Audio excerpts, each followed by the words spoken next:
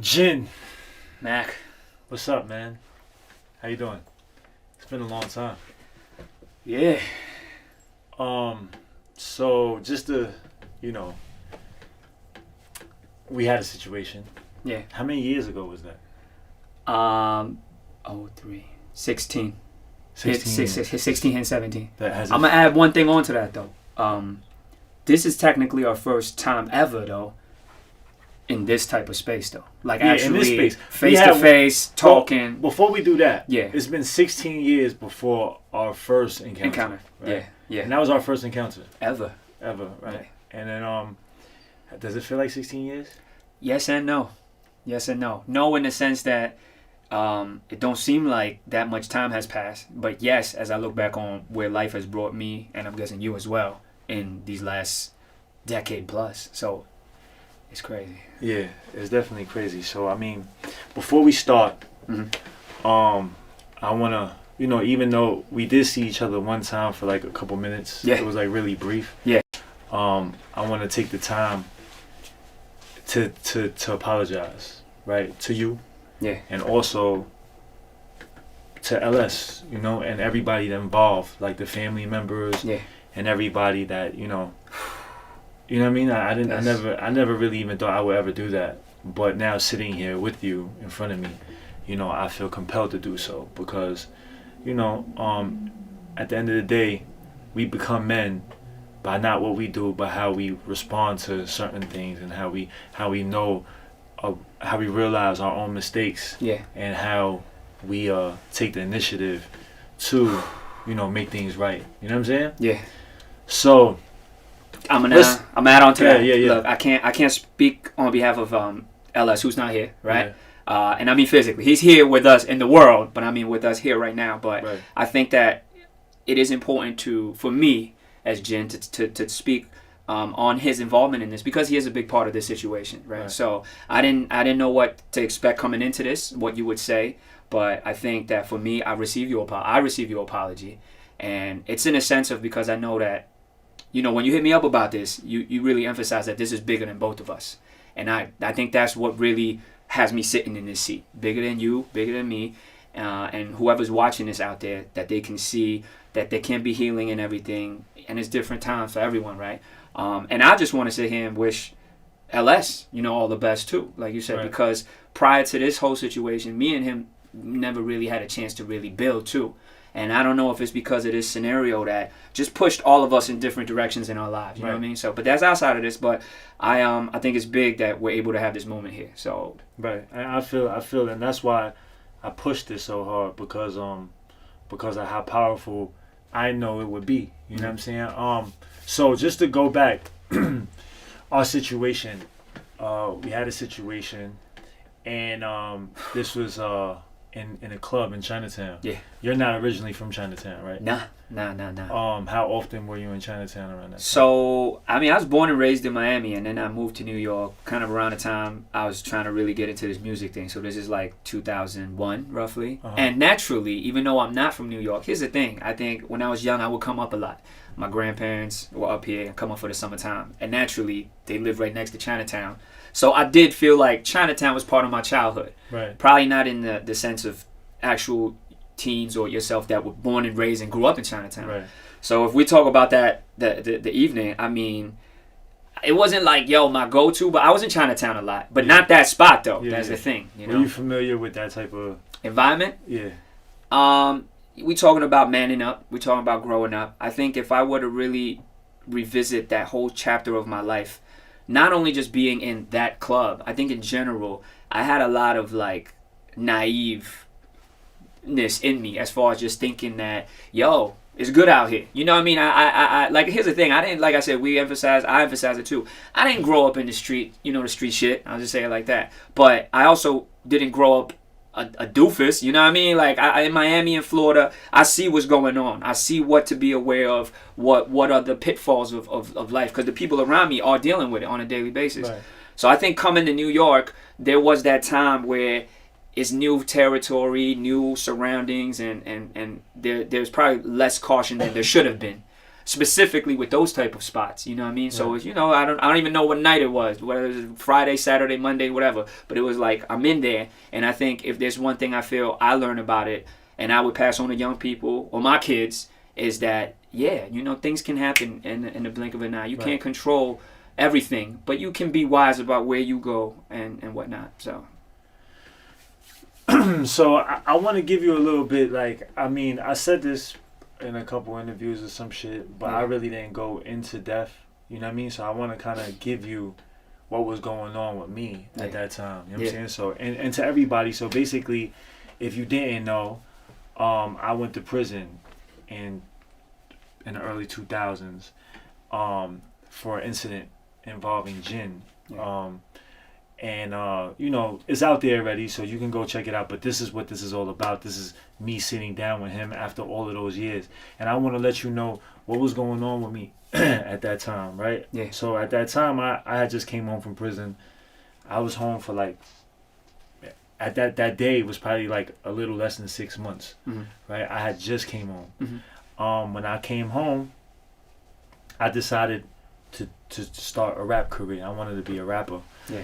And you started 106 in Park right before I came home. Yeah. Like, I think it was right before I came home. And I was just like, wow. And I remember looking at the TV screen like, wow, look, it's an Asian dude. He just took my whole plan. Like the hell? I was supposed to be the first one. So I was just looking at the screen like, damn, that's cool. I wonder where he's from. And I was just like, all right. And then I came home. And then, you know, your name was around. Yeah. So I was just like, all right. I always felt like, I'm in my way of thinking, I was like, yo, I'm better. You know what I'm saying? So I have more like, you know, I have more ground. Like I'm more on the street. Like, and this is when hip hop was like street. Like it was like, you know, that hardcore street rap was like really in. And I was like, I got this. So if he could do it, I'm definitely gonna take this shit by storm. So that's how I felt. And I never met you. And that night, so like maybe like a couple years before that, like maybe like 3 or 4 years before that, I got stabbed. Yeah. Right? And I didn't know who stabbed me. Like I didn't see the person stab me. He stabbed me from behind. Yeah. Because I was fighting with somebody, and then the dude came behind me and stabbed me. I never seen him. That night he got away, and I went to the hospital. I was like, the stab was a inch, like a little less than an inch away from my heart. It was right there. I was almost dead. You know what I'm saying? And then I never seen him, but people showed me pictures of him. So fast forward to that night where we had our situation. Yeah. Before I went with you, I was in a bar in Queens, and around that time, my girlfriend at the time, who I really cared about, she went to me and her had caught a case together, and that day she had went to jail. She lost her trial and she went to jail, and it kind of fucked me up. I was like in a bad space, you know what I'm saying? And then I was at the bar drinking, chilling, just drinking, and I'm like, all right. Then I walk outside. I had a gun on me. You know what I mean? I had a gun on me. I walked outside, and I'm walking, and I'm with like my boy, a dude that I knew for a long time, and I'm with 2 of his friends, who I didn't really know like that. So I'm walking with them, and then I see like 2 people coming my way. So they stop and they're talking to one of the guys that I kind of just met. So I'm looking at this dude, and I'm just like, why does he look so familiar? But then it wasn't like a good familiar. It was like a bad familiar. It was like, and I had dreams of this dude. Like I was like, yo, whenever I seen a person that stabbed me, I don't care where it's at, I'm killing them. Like, you know what I'm saying? That's just what I was saying in my head, and I used to see him in my dreams, right? So he stopped right there, and I saw him, and I'm just like, so I look at my boy, and my boy gives me this look like, oh. And then from right there, as soon as he made that face, I knew who he was. So I pulled out the gun, right? I pulled out the gun, and then I raised the gun, and my boy jumped in front of the gun and grabbed it, like, no, not right here. And it was like on Northern Boulevard, like at 7 o'clock, and it was like, you know, it was bustling, like it was like street, it was like a main block. So if he didn't do that, I would have shot him dead right there, and I would have probably just like, I would have made sure he was gone, right? That was just my space at that time. You know what I mean? But he ran, right? And then so after that, I was just like really like, I had made the decision already, like I wanted to kill, right? So like I was just like gone in my head. So instead of going home, and I had all these things going on, I just came home from prison, my girl just went to jail, and that situation, and that just put me over the top. And I'm just like, so instead of going home, I decide to go to over there, Club Yellow at the time, that's what it was called. So I go inside, and I'm already like in a bad space, you know what I'm saying? So when I see you, I'm just like, oh, there go that dude, right? But then somebody that I was with said something like, yo, he did something to somebody, or he did something to a girl. I didn't, like something like that, but I didn't even really care about what he was saying. I was just like, oh, what?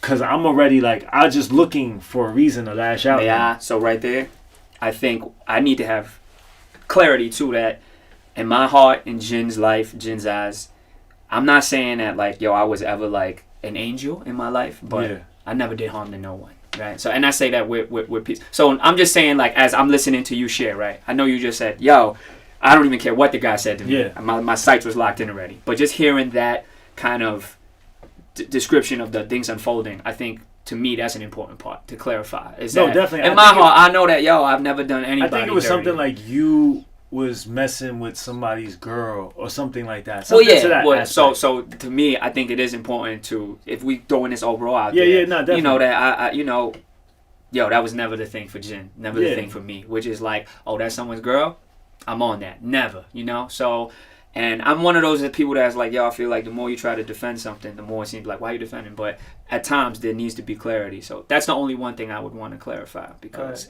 it's important for me, like, to know that there was no justification in that. Even though, like, you're saying, yo, it wasn't like I heard that and that's what set me on the path. You know what I mean? Yeah, I was just like, so he, for whatever reason, that's what he said. He said,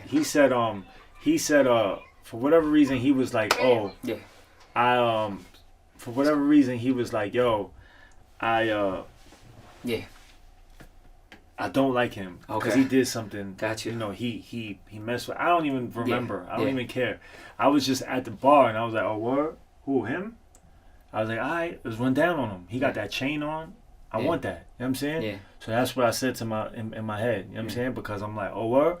I was just looking for any reason, and at that time I was just like, whatever. So I saw you, and then we went in there. Yeah. And then, you know, everything else, I don't really want to you know, get all. I just wanted to tell you why I was in that space. You know what I'm saying? For sure. And it wasn't like a personal, like, just whatever, but it was all of that culminated, and that's what happened that day. You know what I mean? Yeah. In one moment, right? Affecting, like you said earlier, when we kind of first started, setting off a whole bunch of different events in multiple people's lives. Yo, it's kind of real. Like, I've heard you share this in interviews before, but there's definitely another perspective sitting next to you and hearing you talk about it. I mean, two things pop into my mind. Number one, I think it's like, all right, well, kind of what do we learn? What do we collectively learn from all of this? And where do we go with that said? And then the other thing is kind of like, yeah, you know, you never know what's going on in anybody's world. You know what I mean? That's your side of what you went into that night with. And then, I mean, I don't feel like I need to really go, oh, where my head is at going into that night. But I will say that for these several years since then, you know, not having the opportunity to interact with you, right? Prior to that and even after that. The first time that I had interaction with you, I think, was when I wrote you a letter, right? I wrote you a letter, and that's actually before even when I bumped into you and, like you said, we had like a few minutes. But I think I wrote you that letter while I was still in China, And I'd like to give a bit of context on where that is, like where that come from, what's that about, right? And I've seen but you. Before you do that, yeah. Because I don't want to just like rush right. Of course. So after that situation happened, right? And what part of your career was it? Okay, so during when that thing happened, what part of your career was that? That was around. Okay, so that's definitely I had signed with Rough Riders already. Yeah, it was fresh. Full on, fresh, and we were kind of going in the direction of working on my album, recording it, Right. not recording, but releasing it. Like we're gonna push Jin. Now, if I were to be like, well, how did all of this tying together? That happened in like 2003, and then my album dropped like about a year after that. But I don't even want. This is not about my album, and I don't really think this is so much about my Rough Rider career, so to speak. But I will say that I think it's important. I will say this though, that put me in a very specific. That incident put my career and my life in a very specific space after it happened. Because it put me into a space where, I mean, I don't know how else to put this, but shit is real out here, right? That was the first kind of moment that's like, you know what I mean? Like, so prior to that, I had already seen like, the rap game is definitely not what it's meant to be, like what it's all hyped to be. You see the glamour and glitz of it. I would love to share this with the young people too, or anyone in general. But that incident definitely opened my eyes to a whole new space, which is like, if it wasn't you, it could have been somebody else. You know what I'm saying? Like, it's real out here. Is like, you have so much to live for. You have so much to lose. Do you really need to be more wise with just your movements in general? So what happened, specific things that happened at that point is, man, like, especially from the label standpoint, and I'm not one specific person, but I think collectively, definitely like the CEOs, D, Y, because there's a very family environment over there. Yeah. But it was definitely like, Jin, we, like, that those days of us letting you kind of just be out and about, that's done. And I didn't really like fight it or resist against it, because I know, number one, they genuinely wanted to see me safe, you know what I mean? But I think prior to that incident, there was a little bit of like leniency, like, okay, we build and we connect on the phone, but it wasn't like we need to know where Jin is at all times and who he's with or what he's up to. So that was a big change, because prior to that, that wasn't on my mind at all. So I think it all interconnects. So as I'm trying to get ready for the album and just keep my career alive and continue moving forward, it added this one more thing that was like, and then as I'm out and about, people would be like, what is that? What is that? And I think it left me with a lot of questions that I couldn't even answer. Because I mean, like, as the way you just broke it all down right now, I didn't have answers to a lot of that stuff. You know what I mean? Like, what happened? What happened with that dude? I'm like, I don't know. I had never met him before. And honestly, in that moment and then after it, I still don't really know what is the core of it, what drove it. Is there any more backlash after? And then there is one thing that this is a great opportunity to address. I'm sure you might have seen, I know you've seen it too, but there was this article that came out too. I'm not even going to say the name of the magazine, I mean, unless you want to, but the article really drove home that this was some sort of gang war. Chinatown gang rappers, da-da-da. And as we've established here, like, it's far from it, because I'm not even from that. If anything, I might have been in the spot at the wrong time, wrong place, in all accounts, because of what you were going through at that point in your life. And also, like I said, I learned that there's some places you just need to be more wise about. You know what I mean? But that article really set another narrative in motion.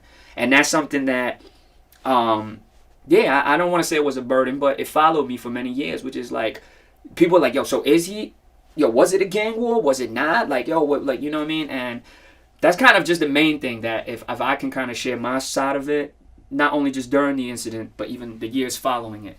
So that's, and this is great that I get to kind of like throw it all out there, just to clarify that adding on to everything you just shared, that is, unfortunately, there really is no back history. You know what I mean? No, it's not like I did him dirty, he did me dirty, and then that night is when it was a clash. No, it was just, for some reason, everything brought us into that space at that moment in time, and the situation happened. But here we are sitting now, and I think there's a lot of lessons to be learned, of course, and there's a lot of I think for me, the main thing that I learned after that, because I did do 10 years, I went on a run for a whole year after that. Yeah. So while I was on a run, how did you, like, what was that 1 year like, from that situation to the day that I got arrested? Because I know it had to be like it's just a kind of adding on to the last bit I said. It was a lot of like, I definitely think the people around me were very concerned for me, my family. And to be honest, I never even really got to talk with my mom and dad about this. But I do know that I've had conversations with my dad about that, not to send this in that direction, but it is a big part of it. As I've grown in my faith, and as my dad has grown in his faith, right? And this is all within the last year too. Just him coming in connection with his relationship with God and all of that. He looks at that incident, and this is something that we never talked about for 10 plus years.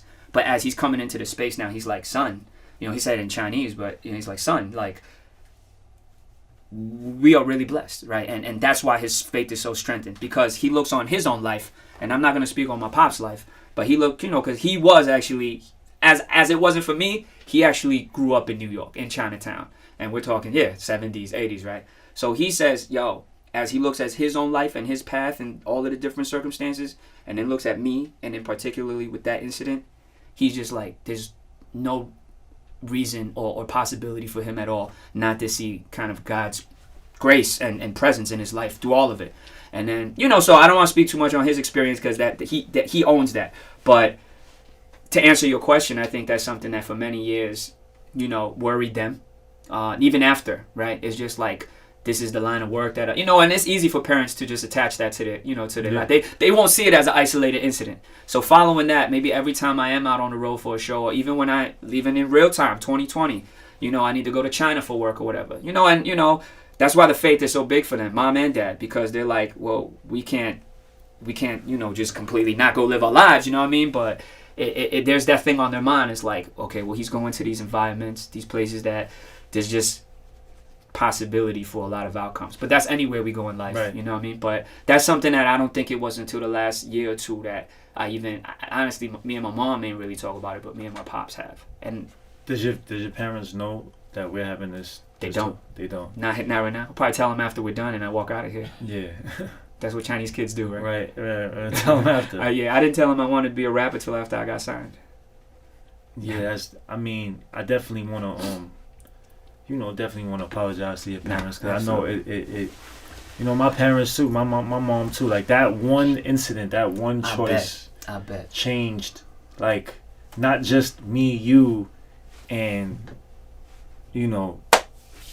LS, but it changed everybody around all of us. Yeah. Right. Yeah. I did 10 years. I mean, that 1 year when I was on the run, my mom was like,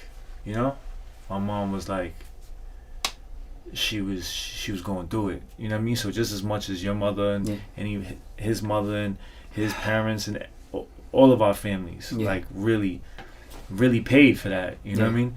And I think out of everything that anybody can take from this is just that one choice can really change everything for so many people. You know what I'm saying? And after that happened and I was on a run, I remember, like, when that happened and I ran to the car and I was in the car on my way out of the city, I was just like, damn, I fucked my life up. You know what I'm saying? And I was just like, I remember looking at the gun like, damn, I just fucked my life up, right? And then I was just like, so now I was like in a daze for like a week or two. I was just in a daze. I mean, I was moving, getting up, going, but I was just like, damn, like what the fuck just happened? What now? Right? And I remember feeling like, yo, it's over. Like, you know what I'm saying? Because I didn't know if he died or not. I wasn't sure because because whatever, right? I didn't know if he died or not. And in my mind, I felt like, damn, I think he might be dead. You know what I'm saying? So I remember I was just like, yo, feeling like, yo, life is over. Feeling like, damn, like, this shit is just like, there's no coming back from that. Like, it's either, like, I'm either gonna die out here or I'm gonna just, like, die in prison. Like, you know what I'm saying? So, and then that was with me for a long time. Even when I got caught, all the way up to, because there was a chance that I could have got life, because that was like my third strike. Yeah. And because, with my lawyer and everything, we was able to get the life off over, whatever shit that he was able to do with my lawyer. But that was like my third violent felony, right? So my whole time I was just like, damn, I'm gonna get life, like, so I was just like living like that, and I was just Yeah. moving like that. And then once I went to court, and they gave me the time. I was just like, I felt like up to then, I just felt like I didn't have nothing to lose, and I was like in a really bad space, you know what I mean? And I remember one time, my mom used to come. She came to visit me and shit. Yeah. And then, she always came, no matter what anybody told. Anybody said anything like, yo, you should give up on him, Yeah. like whatever. She was always there, Yeah. never missed a beat. You know what I'm saying? Yeah. And then that day at court, when I got sentenced and it wasn't life, I was just like, it's a long time, 10 years. I mean, when you're like that young, 10 years is like forever, right? Yeah. You look at that shit and you're just like, damn, that's a long time. But I was kind of like happy. Like I was like, damn, well, 10 years beats life. You know what I'm saying? Like, you know what I mean? So at least I have light at the tunnel, right? Yeah. Like, because it's very well, like I could have turned that prison. I would have still been in there, right? Yeah. So once I got in, I was like, I remember my mom came to visit me, and she was crying, like hysterical, like crying, and she was just like, like easy, we cool, yeah, right? Like, and that means like, when will you be tired, right? And then, she was just like crying, and I was just like, damn, there's nothing I could do. There was nothing I could do. Like, there was nothing. I can't just like, you know what I mean, get up and make anything different. Like, I'm in jail, like, right? So like, after that, I went back into my cell, and I'm just sitting there, and I'm crying. You know what I mean? Because I'm like, damn, I could do this shit. You know what I'm saying? But damn, I'm like making her sick. Like, you know what I'm saying? I see it in her face. Like, she just look like she ain't sleep. She just look really tired. She just look really like sad. You know what I'm saying? And I was just like, damn. So I remember I was sitting in my cell, and one of the dudes that was on the visiting floor, I guess he was watching, because my mom was like beat red, crying. Yeah. You know what I'm saying? And I'm just sitting there and shit. And then the dude came to my cell, and he's like, yo, he knocked on my gate, and I looked at him and shit, and he like, yo, and I'm crying. He's like, yo, he was like, yo, don't worry about it. Like, and he was older too. Yeah. He was like, yo, I've been doing this shit for like 30 years. Yeah. Right? He was like, you're gonna get past that.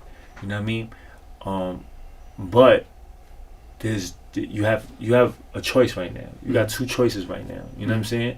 And the choice is either you turn this shit, and I'll never forget what the fuck he told me. He said, you're either gonna turn this shit into prison, or you're gonna turn this shit into university. You know what I'm saying? You make the choice.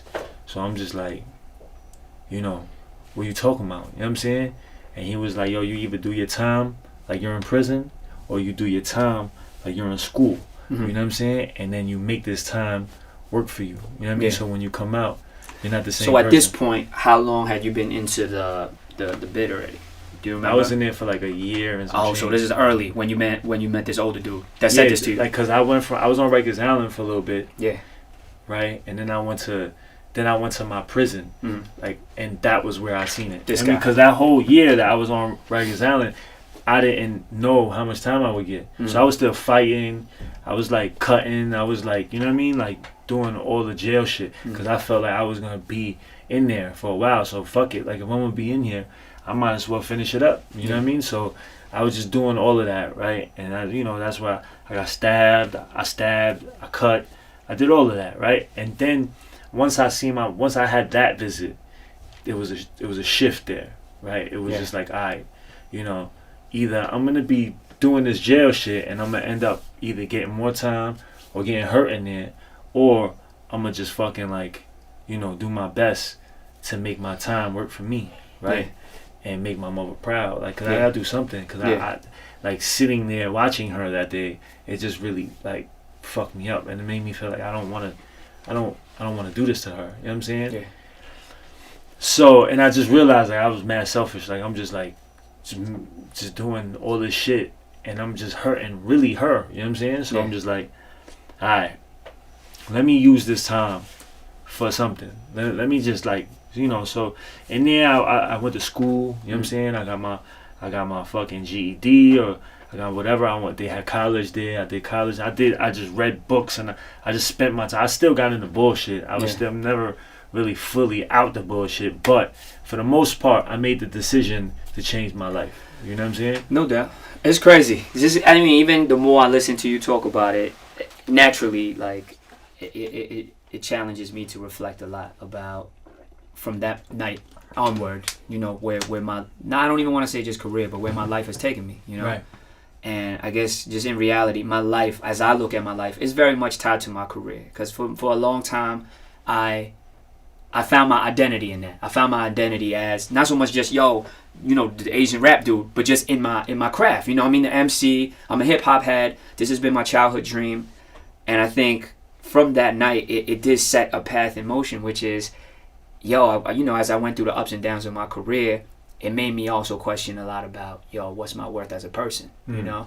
And then, yo, going through the darkest of the dark, you know what I mean? Like, it's just, this is what, if I can use this platform to spread something out to the world and to people, young or old, is that, I don't know if you agree, but a lot of the shit that we really, really hold tight to is really meaningless on the big picture, right? Like, as far as, like, you talking about your moms, I bet you would trade any of those kind of wild decisions to lessen the pain for your mom, right? Or lessen the strife that you caused her.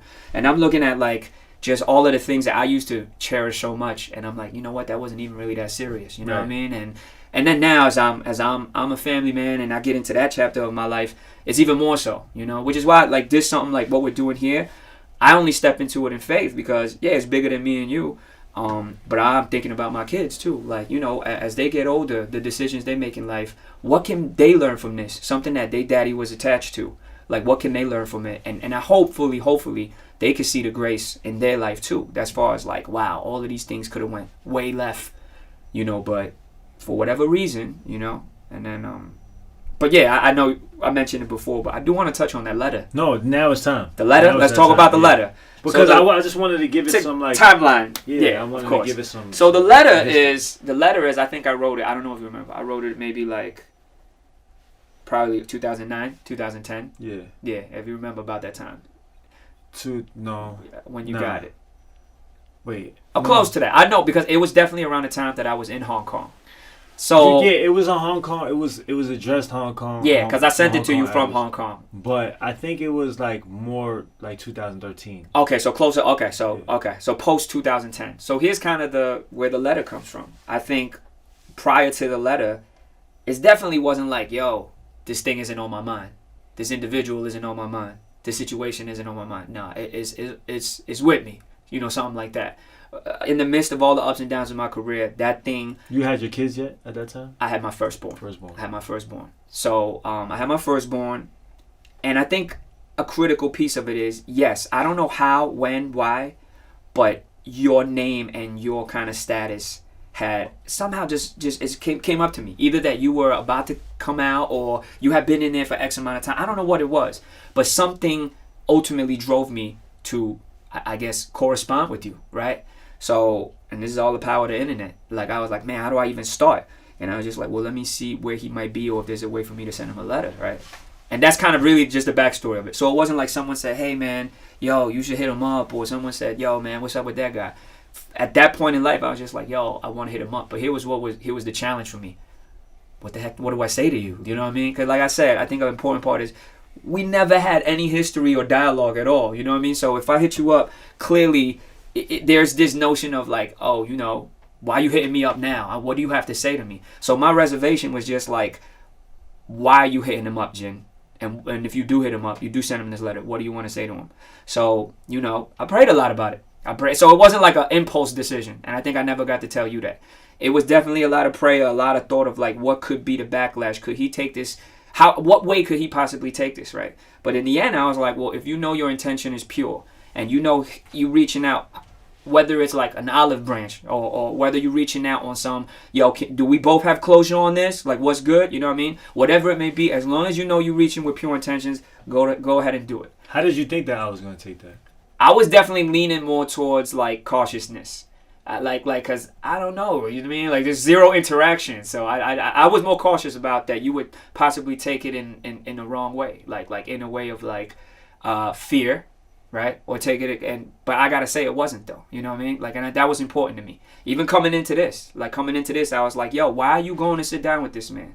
Is it fear driven? Because if it's fear driven, don't even do it to yourself, Jin, because you're not gonna get nothing out of it. You're just going to walk away even feeling more like, oh, man, why did I do that? Nah, you know? So when I sent the letter, it wasn't like a cockiness, or coming here is not a cockiness, but knowing I have pure intentions about it. And so I'll talk about the letter first, and not so much here. But the letter was more so like, I would say it was a closure piece, just to let you know that, hey, you know, I don't know where your standings are, but this is what, you know, and you read the letter, right? The letter, I do talk a lot about in the letter, you remember, because I think you hit me back.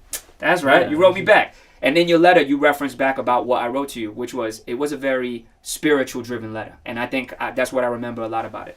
From the start to the end, I really emphasized the fact that, yo, to be honest, I'm writing this in faith. I prayed about it. And this really is coming from a place as I'm growing in my faith and wanting to be closer to God. He's put it on my heart to write this. I'm paraphrasing right now, right? But I was like, I don't even know what it is I'm trying to say. But wherever you are and this reaches you, I just hope that you can see this for what it is. And I ain't gonna front. I didn't expect you to write back. So when I got the letter back, I was like, shit, you know? And then I read it. And this was a big part of leading all the way up to us sitting here right now. I remember the letter. I won't say the first letter you wrote back, because it really was just a 1-in-1. But I remember vividly the thing that stuck out to me the most in the letter you wrote back that time was, yo, I don't know what your motivation is for writing me this, but whatever it is, and wherever you are, wherever I'm at, we can coexist on this earth. I remember you saying that in the letter. And you were like, hey, man, I'm in here, you know, going through what I'm going through. I'm seeing things differently anyways. You know what I'm saying? So the biggest thing I took away from the letter was you was like, yo, it is what it is. The past is the past. And you know, you were like, yo, if you're going in this direction with your life, whatever it is, your religion, your faith, you know, more power to you. You know what I mean? And then I read that and I was just like, okay, this is a step. Yeah, like I definitely wasn't like read the letter and it was like, all right, life is good again, and this is no longer something that's on my mind, you know. But I think it was a big seed. The second seed, the big seed, is when I saw you in New York, and I don't know how much of that day you remember. Yeah, I remember. So how did that come about? Did you know I was gonna be there? I was just going to watch a rap battle. That's what you was going for, yeah. Right? It was this like the Eminem battle event. All right, so before we go into that, I remember when it was, because I was on my way out. Right, I only had a couple months left to go home. Yeah. So when I got the letter, I'm just looking at the letter, and it was like in Chinese, but then you talking about the outside, not the actual letter itself, because I don't know how to write Chinese. No, like it was Hong Kong, like China. Oh, okay, yeah. The outside of it wasn't Chinese. The outside of the that's what I'm talking about, like the postal shit. So I'm looking at this shit, I'm just like, alright, and then I see the name, I'm just like, why the fuck is he writing me? You know what I'm saying? Yeah. So I'm just like, alright, well, before I read it, I'm like, I'm coming home, right? He knows that, obviously, and he's just trying to, like, you know, trying to see what's up. He's trying to see the temperature.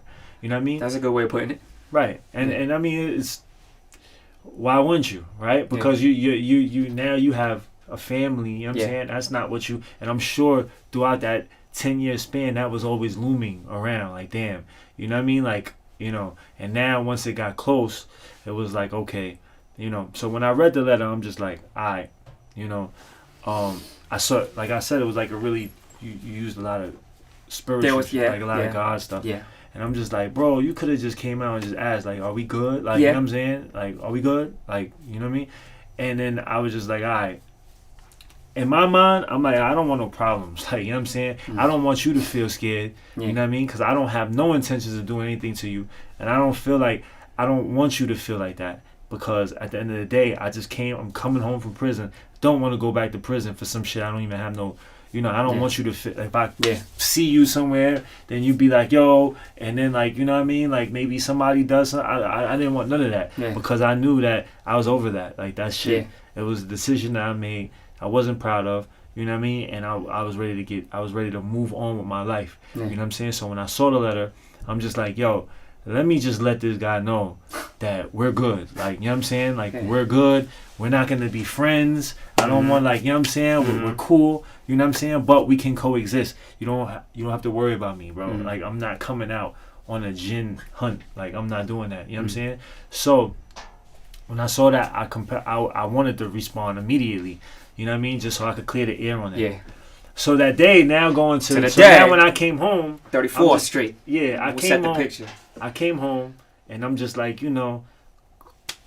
All right, so before we do that, when I came home, what was your feelings? Like, and then you started. Well, at what point did you start seeing me like doing shit? Like, you know what I'm saying? Early on, not so much. I think this last year or two, you've been running and gunning. So, you know, like just as far as with your output. So around that time, really nothing, right? Really nothing. But I know that, like, I didn't have a calendar on something like, oh, this is the day that he's out, right? But no, I but knew what that, I'm saying is, once I came home, you kind of knew, right? Yeah, I did, yeah. Something. Well, I knew that you would be coming home, and I knew that New York's your home base, so I knew that you would be out and about. But at the same time, realistically, at that time, my name wasn't ChinaMac. Exactly, you didn't go by China. Yeah, I didn't know. So when I changed my name, did you know? Like yeah, gradually. I think because you was putting out a lot of material as ChinaMac, so that's what. And then of course, there's always the infamous interview, the Vlad interview. And that interview, I don't remember if it was before or after. I don't remember that either. Total Slaughter. It was after Total. Before, but okay, I said you're right. In the interview, I had said that you mentioned the letter too. Oh, okay. Right. I don't remember. I do remember. I'll say this. The first time I watched that Vlad interview, it was surreal for me too. Because here we go. Like I'm saying, me and you are sitting here right now, and I get to hear from you straight from the horse's mouth. But watching that Vlad interview was the first time I really got to see, like, any type of context for that night. You know what I mean? And that's purely your experience. But just, like, that's what it was. And, you know, like, so... And then you go, you know, you talk a lot about kind of, like, in the heat of the moment, all of the things that happen. And best believe I'm watching. I'm like, yo... Praise God. You know what I mean? That all of us are able to somewhat find some sort of out from that night. Yeah. And here we are 15, 16, 17 years later from it. All right, hold on. I want to talk about the face-to-face, though, because that was a moment for me. When I seen you, so what happened was, it was an Eminem battle, right? And I had no idea you was going to be there. Likewise. And I was standing on the line, and I heard somebody like say, I don't know, like somebody says, I don't know if you called or I don't know what, but I looked and I seen you were crossing the street. Coming towards you. Right, and I'm just like, oh, what's up? And then you came up to me, and then I just want, in my mind, what I wanted to make sure that I just want to make sure he doesn't feel threatened at all. You know what I'm saying? Like, so I made sure that, you know, yo, it's cool, boom. But just seeing you again after all that, I'm just like, damn, this is a short motherfucker. He's a little guy. You had to get one in there. You had to get one in there. All right. I'll let you get one in. All right. I mean, yo, I was never known for my height anyway, so. As long as my bars was long. Oh, I don't know. All right. Pause. That was cool. But, so, I want to talk about that day, because I think that day is big, too, for why we're sitting here. How did you feel, though? Like, when you see me across the street. I'll tell you. I was across the street for a good, I would say, 5-10 minutes before approaching you. You saw me? I saw you. Like, I wasn't, like, mapping out how I'm gonna, you know, how can I... Nah, but there was definitely a contemplative 5-10 minutes of, like, yo, you know, this is a moment right here. You either gonna... You know what I mean? Like, because it was just me, you know what I mean? And not even that's a factor, but I was like, I don't know who you're with. I don't know what type of headspace you're in, right? And this is the first time, outside of the letter interaction, that we would actually be face-to-face like this. Right. Outside of the evening, right? From 2 decades ago. So there was a good 5-10 minutes of like, dang, go, don't go, right? You know, but it wasn't so much like once again, it wasn't like nervousness. It was just like, how do I approach it? I think it was that. Mm-hmm. Do I be like, hey yo, you know, do I walk up and, you know? But then I was like, you're thinking this too much. So I just walk. I think the main thing is, I said to myself, the world is too small. Number one, New York's too small, and what are you gonna do? You're not gonna turn the corner every time you see him somewhere. Yeah. So I was like, this is the moment. So and I think this is an important thing. It was a beautiful ass day that day. It I don't know was. if you remember. It Mad was people nice. wasn't. It was mad nice outside. It was nice. That played a part. If it was rainy and gloomy, I might have been like, I'm good. I'll chill here in the Dunkin' Donuts. But it was a nice day, so I said, you know what? This might be a sign from the heavens too. So I just crossed the street, and yeah, the way you just talked about it from your perspective, you looked right away, and then it was a very kind of like cordial, hey, yo, what's up? And then I think it was as simple as, yo, you got a minute to chop it up real quick? And then you stepped out of the line, and, you know, we went around the corner. Yeah, it was like a 2-3 minute thing, but I think that was big for this here, because I'll tell you this, I don't know how you walked, I'm curious to know how you walked away from that interaction. I'll tell you how I walked away from it. I definitely walked away from that interaction with more peace and closure than maybe from the letter, you know, because I feel like the letter, that shit is lengthy, right? But words is words on paper, you know what I mean? But I feel like in the face-to-face setting, I get to look you in the eye, you get to look me in the eye, and we get to be like, yo, so you good? We good? We good? Okay, then, and that was it. And I don't remember it being like a lengthy conversation. No, it was really short. I just, my whole thing was like, you know, I knew we were good because I knew, well, I was pretty sure that you didn't want to do anything extra on that type of time. You know what I'm saying? And I was just like, all right, we're good. I just want to make sure that he knows that we're good. Like, you know what I'm saying? So my whole thing was like, all right, you know, as long as, when I just walked off, I was just like, all right, I mean, I think he understands. Hopefully he understands that I don't want no, you know what I mean? It's cool, you know what I mean? But you walked up to me, so I was like, all right, it's cool. Now we good. You know what I'm saying? A big piece for me was that I just didn't want you to feel threatened in no way. You know what I'm saying? I didn't want anybody to say anything, because I don't know, people could come from the side. I see what you're saying and throw a comment like in saying some shit, and then have you thinking, and that shit ain't got nothing to do with me. Got you. But have you thinking something, so I wanted, my whole intention for that was just like, yo, we're good, bro. Like, we're good. You know what I'm saying? Don't worry about nothing. All right, boom. And then after that, so that was that. We covered you know that. What I'm saying? Yeah. And then I don't think we had another interaction until you saw the Vlad interview. Yeah. Yes. You're right. So I remember I hit Vlad up. I'm glad. And I'm like, yo, brought that up. I hit Vlad up, and I'm like, yo, you know, I want to tell my story. You know what I'm saying? And he said, he was like, all right, let me take a look at it. So then he looked at it. He hit me back. And he was like, all right, Jin, you know, I know Jin. He was up here, you know. So let me talk to him first and see, you know, what's up, out of respect. So I was like, all right. And then he hit me back. And he was like, come up, let's do the story. So I went up there and I said my piece. Everybody, of course, a lot of people saw that. And I was just curious as to, like, how did you, like, when you saw that, and that got millions of views. Like, that's, you know what I mean. And that kind of brought more, because nobody really talked about that before, right? So my interview really put a lot of light onto that situation, and I know that was something that you really didn't want to do. You didn't really want. Well, I mean, it's also because I don't know where there would be necessity for me to talk about it, right? Because I can't speak on your behalf. I can't speak on LS's behalf, and it's not something that. I don't even want to use this word, but like even like the branding and in all regards is not something, because there's no closure on a lot of it. So that's why when someone would bring it up, you know, if anything, I always like to clarify that, yo, it's not as deep as maybe some of the narratives made it. You know what I mean? Like Chinatown gang wars, because I know it's actually real down there. So I would never want to like put this under that same umbrella, because as we see here, it's not under that umbrella. I mean, out of the gang shit, it wasn't like you were a part of the gang, but you were around in that people. area. You were with people that was in the gang. You know what I'm saying? So I think that right there, you know, was why they said all that, because that place that we was at, Yellow, that spot, that's a known gang place at that time, and before it was called Yellow, it was called New Genies. And that was like, you talk about the history that I don't even know about. So that's like, you know what I'm saying, that was known as gang member stuff, so gang place. So that's what the Vlad interview. So I watched the Vlad interview, and it was surreal. I remember the first time watching it. It was because, you know, it was the first time having somewhat of a context. You know, if you could even put context on situations like that. Right. You know what I mean? Because like just to hear from your perspective that, yo, this is what happened for me that night. That's what I went there for. and boom, and here we are now, you know. So it's something that I watched, and it didn't like close all the doors, but it put the period on some sentences, and what I mean is like it clarifies some things up, even though it's not like ultimate, like, oh, now this all makes sense. You know what I'm saying? Yeah. Whereas here, I feel a bit more like, okay, now this all makes sense. This, ideally and hopefully, all of this shit was for something bigger than us, right? And there's something that whoever's watching it can take away.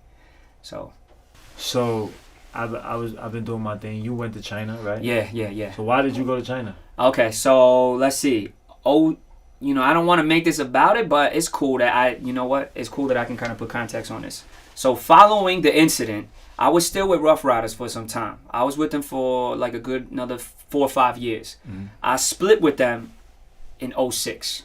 So it was like 06 that I had a definitive, like, yo, term it whatever you want. Term it, drop from the label, all of that. I used to care about that shit. Like, I used to care about how people positioned it. But you get older and I'm like, who cares? I know what happened, right? But basically, it was a very, and I'm thankful for this too, there was a very mutual, the label was like, yo, we gave it a run, but, you know, it's probably not, it wasn't the jam, you know what I mean? And for me also, me and my management at the time, we were like, yo, we appreciate the opportunity. Without a doubt, signing with the R changed my life, you know, for the better, and opened doors for me that probably never would have been open before. But after this 4 or 5 year run, I think both parties can agree that the stars weren't aligned for us. So you were in America for 4 or 5 years? Yeah. But then 06 is when I split with them. And yeah, just clean, cut and dry, parted ways with the label. I still kind of was on my music grind for another year or so. So 06, 07, 08. But at that point, I made a big switch to indie, which is the biz now, you know what I mean? But I went full indie.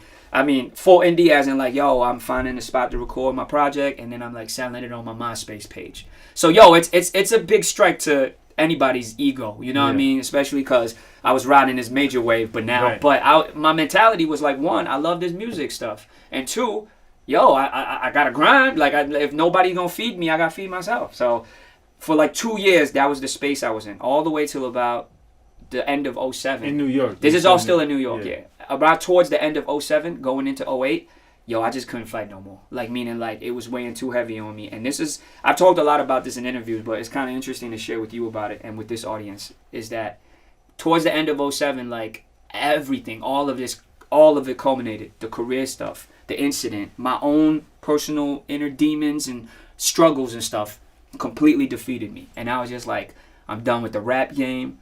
I'm done with life in general. Now at that point, I wasn't married yet. I didn't have kids yet. And honestly, I didn't have this faith element either, right?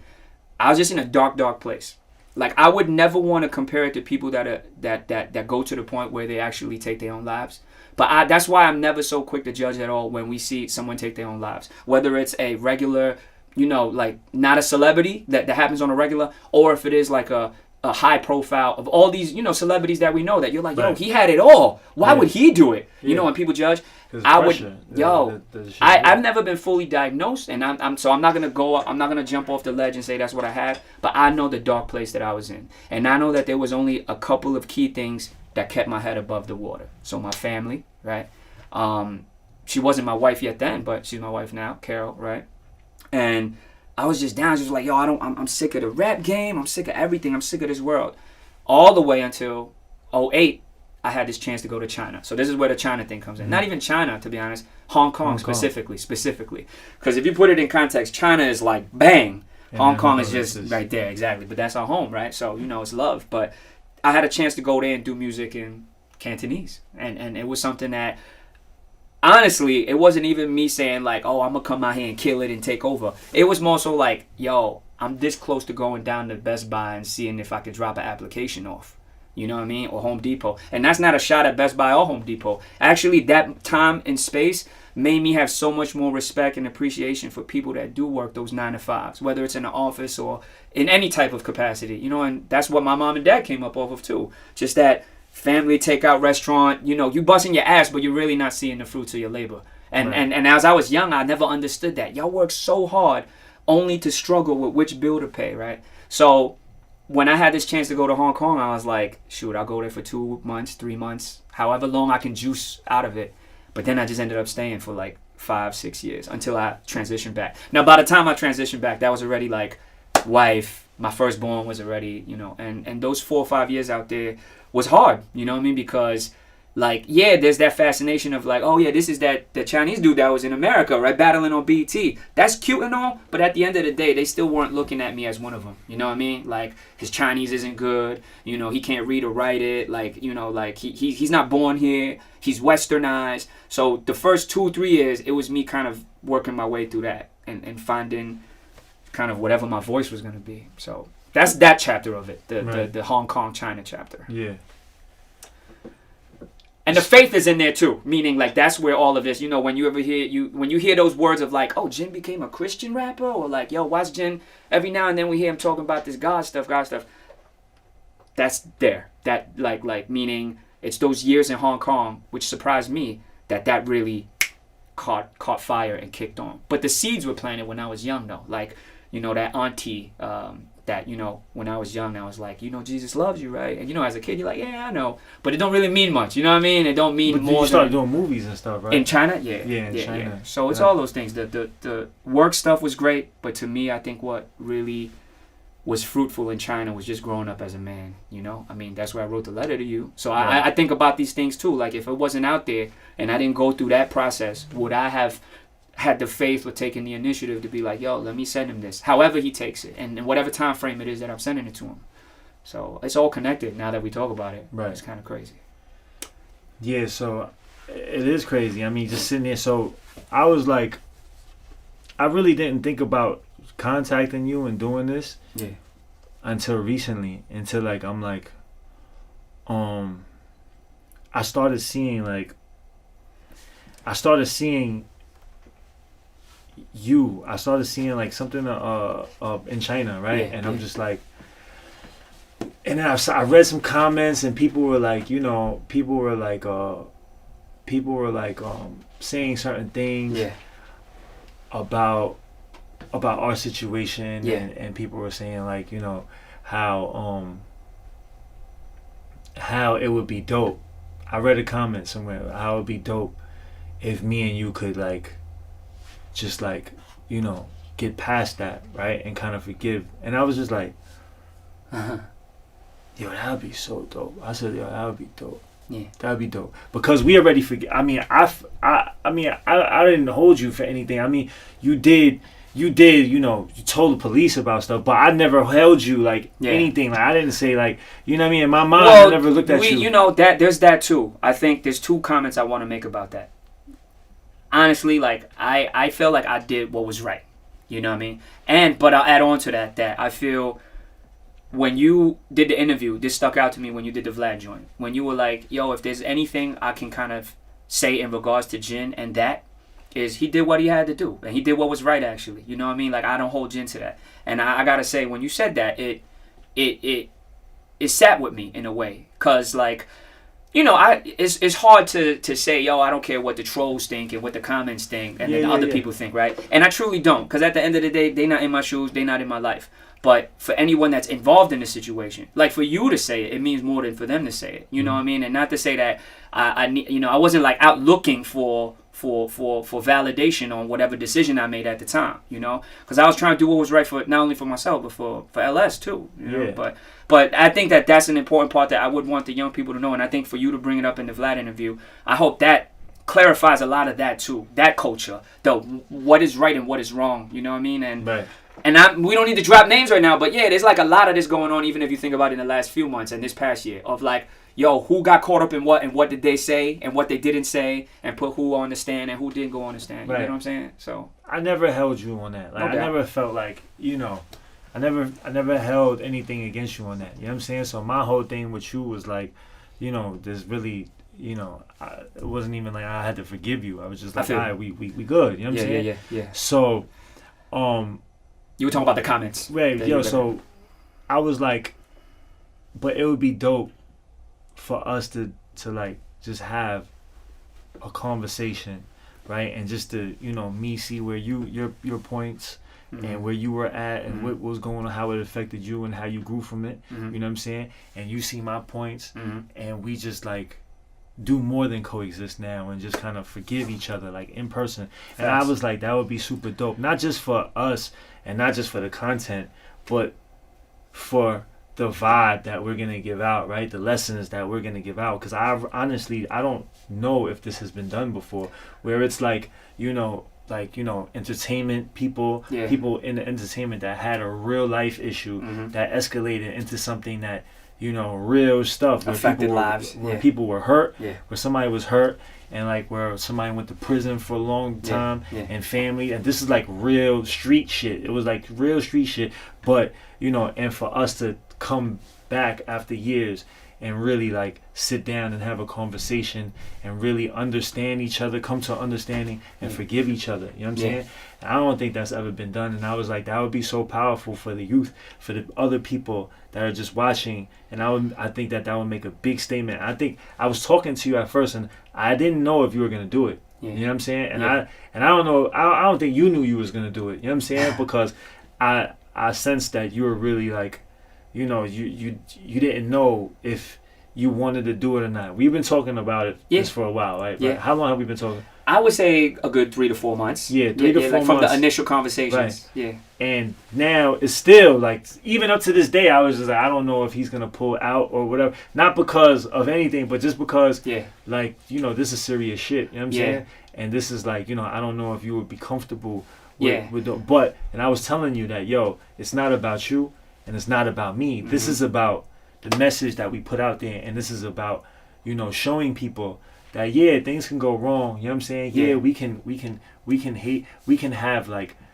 issues with each other, but we can put them to the side and we can actually like, grow from them and like, just do bigger things. And I think that this is a big statement, for everybody, for all the people out there that may go through, that may have went through what we went through, and also that may go through what we've been through, like that may in the future. You know what I'm saying? And you said something like, this is something that you felt like you would want your kid to see and like show them like how much growth and like, what I mean? Yeah. And I think this is powerful, and I really appreciate you coming. Yeah. You know what I'm saying? And it's great to look you in your eyes.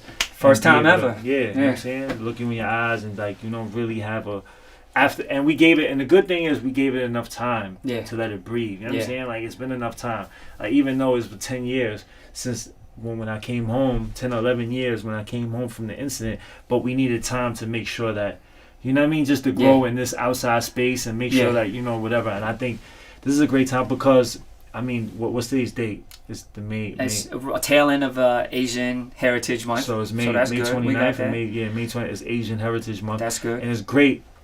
I feel like to see that type of kind of healing and it's unity, powerful, bro. Like, and I'm glad you was able to heal. If I can piggyback off of everything you just said, man, without a doubt, I think there is beauty in letting the people know that this is not an impulse thing. You know what I mean? Right. We chatted about it. Yeah, we had time. And you let me kind of share what my thoughts were about doing something like this, and as well, you were very, proactive about what you saw, the vision for this.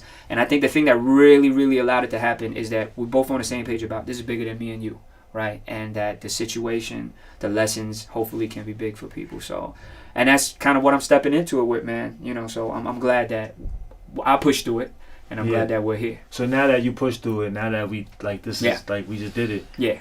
How do you feel? I feel good. Can I make a small request? I love that we've been totally unscripted with this. I think that's another thing that people should know. You know what I mean? I just want to document it because I know this rolling, but even for myself and for people involved. May I say a quick prayer before we close out and be out of here, man? All right, man. Father God, I just want to take this moment to thank you, first of all, for every single person that's in this room right now. Chris, Mitch, Ig, and Dave. Mac, myself, no coincidence that we're in this room on this day, and there's so much that we talked about today, so much, and how this goes out to people, how they receive it, we can't control, but we can't control what we get out of it. Everybody that was in this room, myself, Mac, and I just personally want to thank you for letting him and his journey and his story.